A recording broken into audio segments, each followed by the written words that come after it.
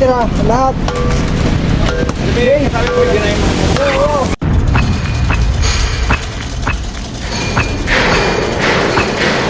Mga kabalikbayan.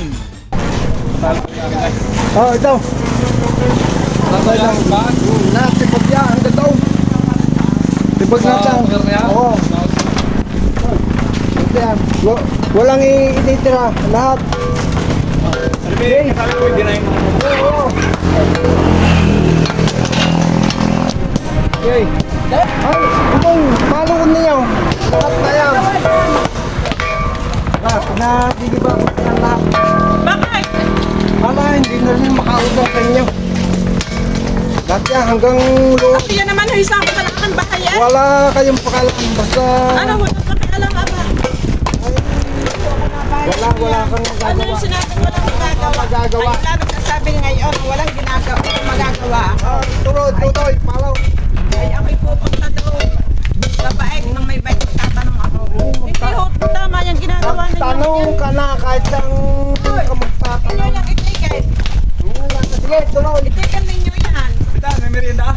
Sige, Itiket nyo yan. mamaya merienda. Hindi yan ang kapitan. Ay talagang kung kayo naman ang ginagawa mo sa akin. Eh baka kayo kung anong pag-abutan ninyo. Ay, pumunta ka na. Tama ang ginagawa ninyo yun. Ay, Pumunta ka na kung gini pagtatanungan. Ayaw pautang. may na dahil daw gigipain sa bahay na. Bakit ko yan? Pinapahiya mo pa. Ayaw kayo mapapahiya. Lalaki ko yung problema ninyo. Ay, Hindi ako napayag. Hindi ako matabang. Sige, wakwakin ninyo yan. Hindi ako napayag na ganyan talaga ang nangyayari. Ito, di ba? Lahat. Ay, malalaman natin, Kapitan, kung sino sa atin ang panalo. Tingnan. Mga bata, dali kayo. Pagdito yan. Yeah. Mga bata, sandali ha. Pautangin ko rin. Yan ba eh? Mga 5.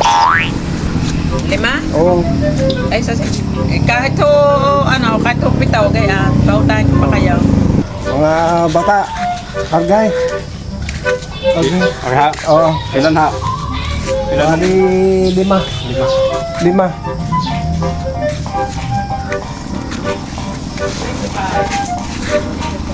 Ang kapitan yan. Yan. 5 sako.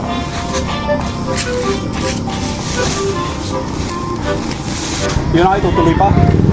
Ay, hindi na yan. Kaya parang tinitipag ko ng mga yan. Sabihin ko lang.